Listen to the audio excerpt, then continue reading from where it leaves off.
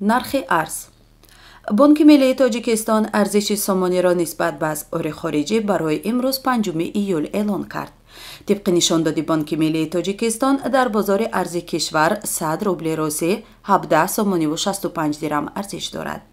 арзиши евро бошад дар бозори арзи кишвар ҳоло 100 евро баробари 1092 сомониву 69 дирам қимат дорад.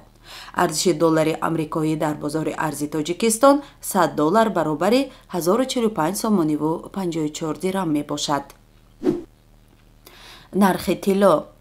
қурби тилло дар биржаҳои лондон субҳи имрӯз 1808 доллару 40 сент барои як унс таъин шуд. tasбити нархи миёнабонкии тилло ҳар рӯзи муомилоти тиҷорӣ дар соати 10:30 субҳ ва 15 баъд аз зуҳр ба вақти гринвич анҷом меёбад. натоиҷи tasбит ба унвони маҳак дар муомилоти шимши тилло дар саросари дунё мавриди истифода қарор мегирад.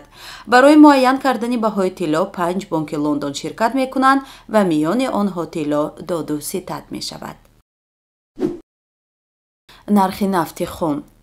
нархи миёнаи фурӯши ҳар бушка нафти хоми таҳвили моҳи оянда дар биржаҳои Intercontinental Exchange ва Brentgrad Futures London 113 доллару 83 сент муомила шуд.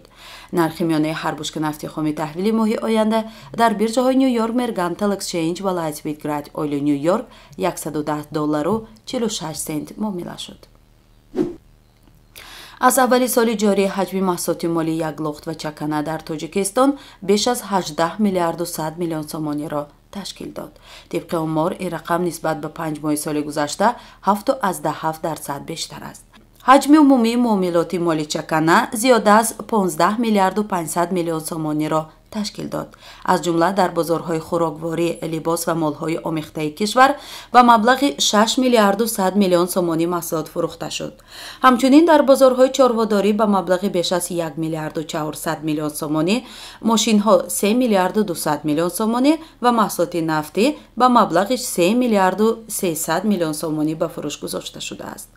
дар муомилоти умумии чаканафурӯшии мол ҳиссаи тамоми маҳсулоти озуқаворӣ 49.10%, ё худ зиёда аз 7 миллиарду 700 миллион сомонӣ, маҳсулоти ғайри озуқа 50.3%, ё худ зиёда аз 7 миллиарду 800 миллион сомониро ташкил дод.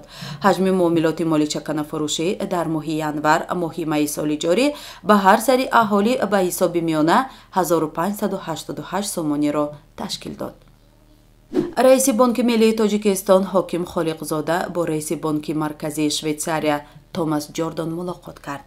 бино ба иттилои бонки миллӣ ин нишаст дар чаҳорчӯби ҷаласаи солонаи гурӯҳи ҳавзаи интихоботии хазинаи байналмилалии асъор ки аз 3 то 6 июл дар шаҳри бад рагази швейтсария баргузор мешавад ба вуқӯъ пайваст.